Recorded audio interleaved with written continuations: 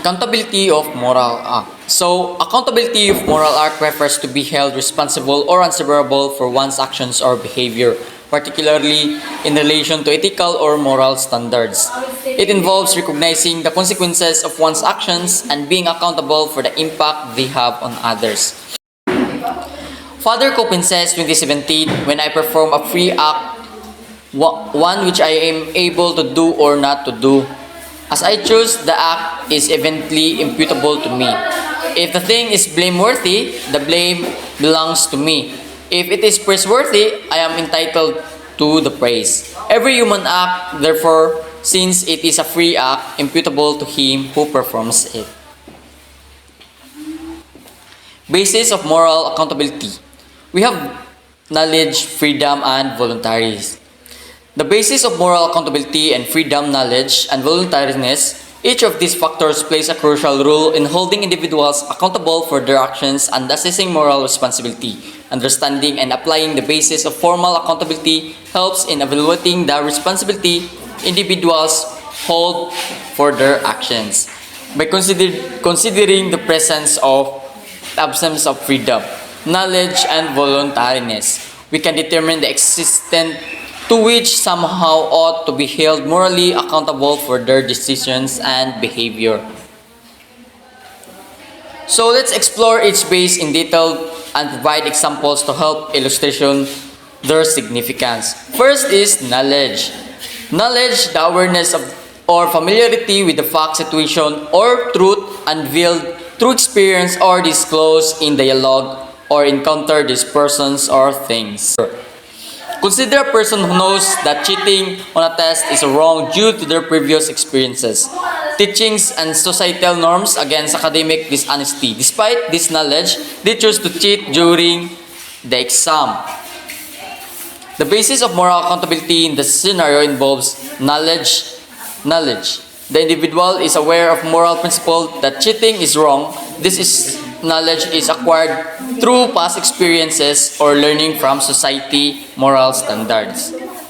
Second is choice and action. Despite of being knowledgeable about ethical standards against cheating, the person constantly decides to act against this knowledge by cheating to the test.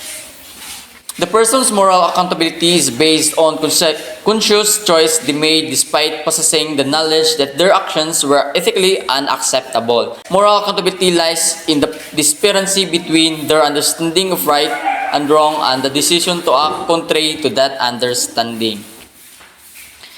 So freedom must be done freely. This happens when you can. The foundation of moral accountability lies in freedom. This freedom refers to ability to exercise one's power of choice without undue external constraints. To be morally accountable, individuals must have liberty to have decisions based on their own values, beliefs, and ethical consideration. Through moral agencies, it involves the ability to act according to one's judgments and principles. Free coercion and overwhelming fear. When individuals are not influenced by irresistible force or uncontrollable fear, they can act in alignment with their understanding of what is right or wrong.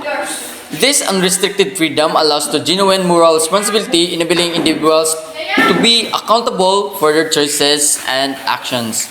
Voluntariness must done voluntarily, intentional or negligent. An act is either intentional or negligent. An act voluntarily intended when done is aim, purpose, or goal of attaining result. Imagine a scenario where someone is driving recklessly and ends up causing an incident that harms others. Intentional action. If the person purposely speeds and drives aggressively with the aim of causing harm or chaos on the road, this would be an intentional act.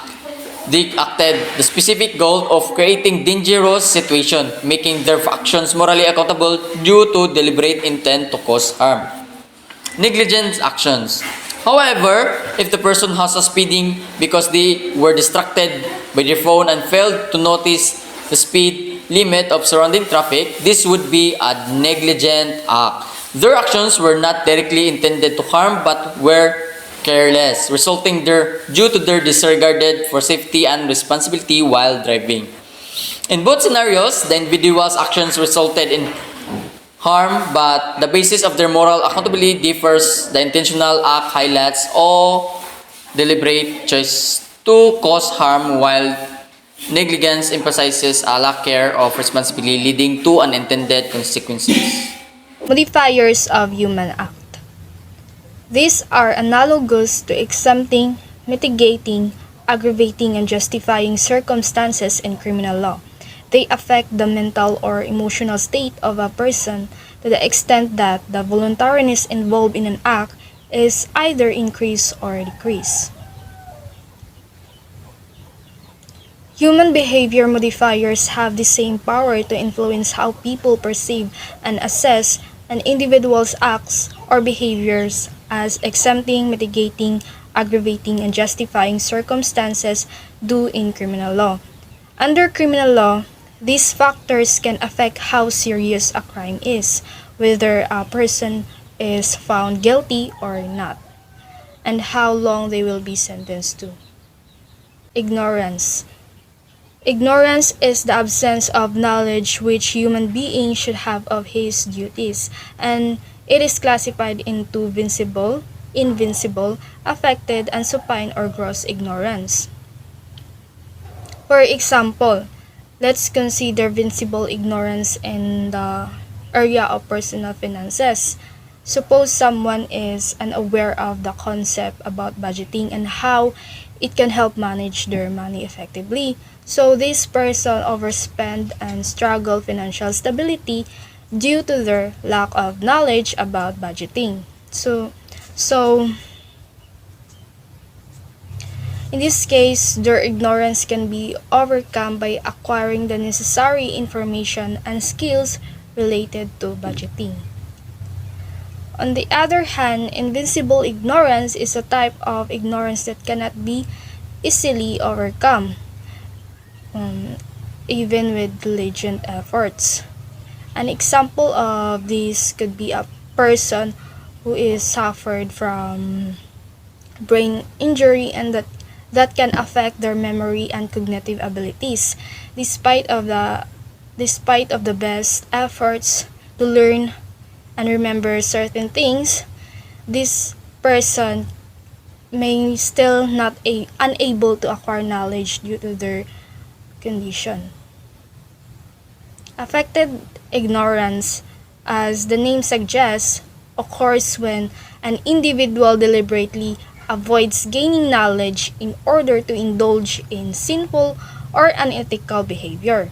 For instance, someone intentionally disregards learning about the negative consequences of substance abuse because they want to continue engaging in harmful habits without feeling guilty. Lastly, supine or gross ignorance refers to a state of ignorance where minimal effort has been made to remove it. This is often characterized by apathy or indifference towards gaining knowledge or fulfilling responsibilities. An example could be a high school student who consistently skips classes and neglects studying, resulting in a lack of knowledge and poor academic performance.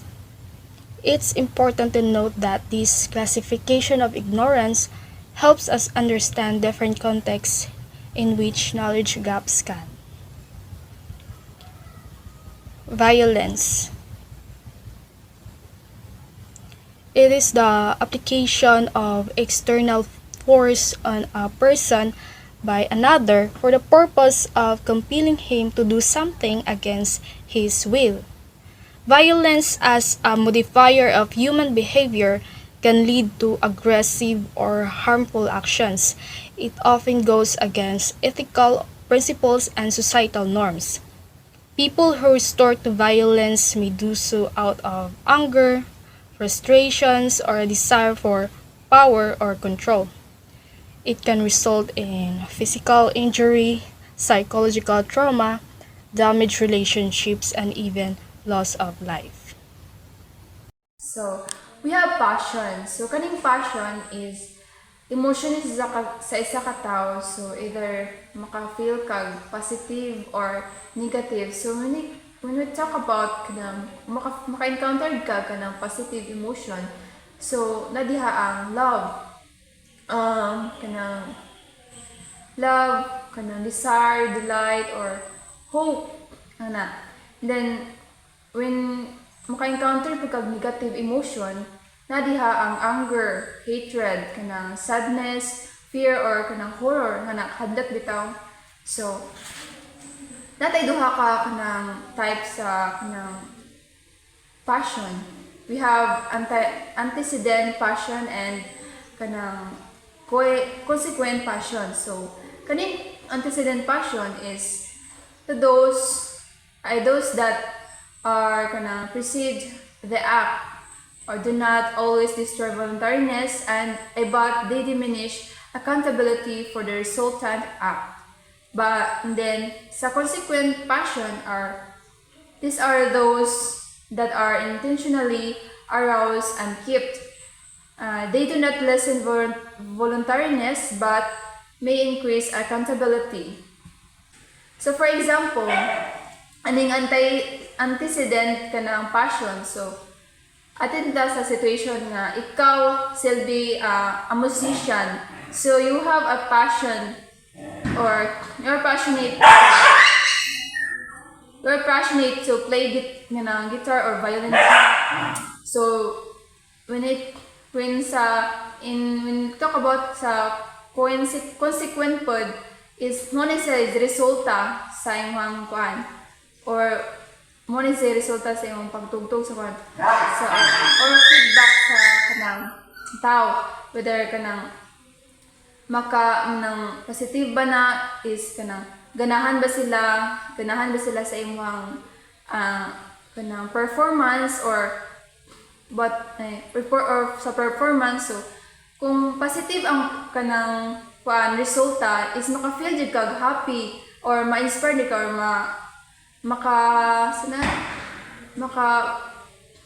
maganahan ka mo padazon sa imong passion as a musician. But when it comes to a negative po di mo ma-feel, so we can say kanang mahiubos ka. But kung ikaw as a musician mo padazon is you have to practice more para padazon ang imong pagka-musician. So that's it.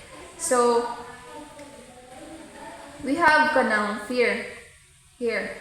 So fear is the disturbance of the mind of a person due to an impending danger or harmful to himself or loved ones.